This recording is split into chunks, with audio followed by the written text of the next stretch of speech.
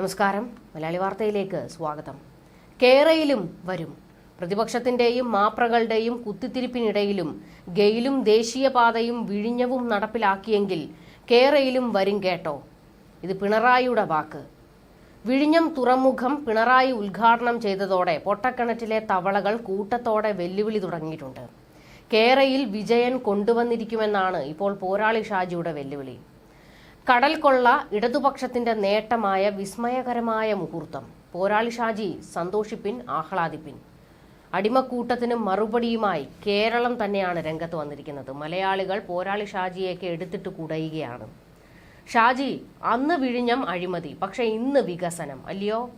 അന്ന് express highway കേരളത്തെ വെട്ടിമുറിക്കും, ഇന്ന് കേരളയിൽ സ്വപ്ന പദ്ധതി. നല്ലതാ ഷാജി. പലതന്തമാരുടെ സ്വഭാവം കാണിക്കൽ കമ്മികളുടെ രക്തത്തിലുള്ളതാ. കൊച്ചി മെട്രോയ്ക്കെതിരെ സമരം ചെയ്തു. കണ്ണൂർ വിമാനത്താവളത്തിനെതിരെ, ഗെയിൽ പൈപ്പ് ലൈൻ പദ്ധതിക്കെതിരെ, അങ്ങനെ എത്ര സമരങ്ങൾ. ആദ്യം കൊടികുത്തിയത് ആരാണ് ഷാജി ഇതിനൊക്കെ? ഒടുവിൽ പദ്ധതി പൂർത്തിയാകുമ്പോൾ ഇത് നമ്മുടെ വിജയം. ഭരണമില്ലെങ്കിൽ എന്തിനും ഏതിനും സമരം, ഭരിക്കുമ്പോഴോ ഈ പറഞ്ഞതെല്ലാം വിഴുങ്ങും. പിന്നെ വികസനം, നാടിന്റെ നന്മ.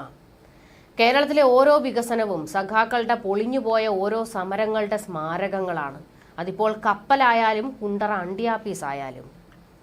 പിന്നെ ഷാജി, കേരളയിൽ കൊണ്ടുവന്നിരിക്കും വെല്ലുവിളിയൊക്കെ ആയിക്കോ, പക്ഷേ വെല്ലുവിളിക്കുന്നത് ജനങ്ങളെയാണെന്ന് ഓർക്കണം.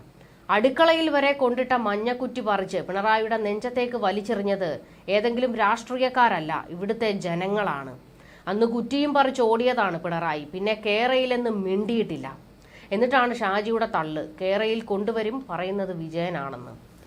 സാക്ഷാൽ പിണറായി വന്നിട്ട് ഇവിടുത്തെ ജനങ്ങൾ കുലുങ്ങിയില്ല, പിന്നെയാണോ അടിമ ഷാജി? കേരളയിൽ ഏത് സാധാരണക്കാർക്കാണ് ഉപകാരപ്പെടുന്നതെന്ന് കൂടി ഷാജി പറയണം. അപ്പക്കച്ചവടത്തിന് പോകുന്ന സാധാരണക്കാർ ദിവസവും 1000 രൂപയുടെ ടിക്കറ്റ് എടുത്ത് കേരളയിൽ കയറുമോ? സാധ്യമാകുന്ന ശബരിപാത, നിലമ്പൂർ നഞ്ചൻകോട് പാത, ഇതൊക്കെ പരിഗണിക്കാൻ കെ ദാസനോട് പറയൂ അടിമകളെ എന്നാണ് മറുപടി. ഷാജി, ഇജ്ജ് പറഞ്ഞ ഭാവി തലമുറ പിണറായി വിജയന്റെ കൊച്ചുമക്കളല്ലയോ? അവരെയും കൂടി തീറ്റിപ്പോറ്റാനുള്ള വക കേരളം കൊടുക്കണമായിരിക്കും. ഷാജി പറയുന്നത് തൊണ്ട തൊടാതെ വിഴുങ്ങാൻ മാത്രം കേരളത്തിലെ ഭൂരിഭാഗം ജനങ്ങളും അടിമക്കമ്മികളൊന്നുമല്ല. പിന്നെ ഷാജി പറയുന്ന ഒരു കാര്യം സത്യമാണ്. ഭരണത്തിലുള്ളത് ഇടതുപക്ഷമായതുകൊണ്ട് മാത്രമാണ് വിഴിഞ്ഞം പദ്ധതി യാഥാർത്ഥ്യമായത്. അല്ലെങ്കിൽ എന്നേ നിങ്ങൾ കൊടി കുത്തി പൂട്ടിച്ചേനെയല്ലോ. ഗെയിൽ സമരമൊന്നും മലയാളികൾ മറന്നിട്ടില്ല. വിഴിഞ്ഞം സമരമുഖത്തെ CPM-നോട് അന്നത്തെ മുഖ്യമന്ത്രി ശ്രീ ഉമ്മൻചാണ്ടി പറഞ്ഞ വാക്കുകൾ ഇന്നും പ്രാധാന്യമർഹിക്കുന്നുണ്ട്. നിങ്ങൾക്ക് ഏത് നിർദ്ദേശങ്ങളും വെക്കാം, എന്ത് മുന്നറിയിപ്പുകളും ഞങ്ങൾക്ക് തരാം, അതെല്ലാം ഞങ്ങൾ പരിഗണിക്കും. ഏത് വിധേനയും ഈ പദ്ധതി ഉയർത്താനുള്ള സാഹചര്യങ്ങൾ നമുക്ക് ഒരുമിച്ച് കണ്ടെത്താം. തിരുത്തൽ നിങ്ങൾക്ക് ചൂണ്ടിക്കാണിക്കാം. പക്ഷേ അനാവശ്യ അഴിമതി വിവാദങ്ങൾ ആരോപിച്ച് ഈ സ്വപ്ന പദ്ധതിയെ ഇല്ലാതാക്കാൻ നോക്കരുത്. എന്തൊക്കെ പ്രതിസന്ധികൾ ഉണ്ടായാലും ഈ പദ്ധതി നടപ്പിലാക്കിയിരിക്കുമെന്നാണ് അന്ന് അതിനെതിരെ സമരമുഖത്ത് അഴിഞ്ഞാടിയ CPM-നോട് ഉമ്മൻചാണ്ടി പറഞ്ഞത്.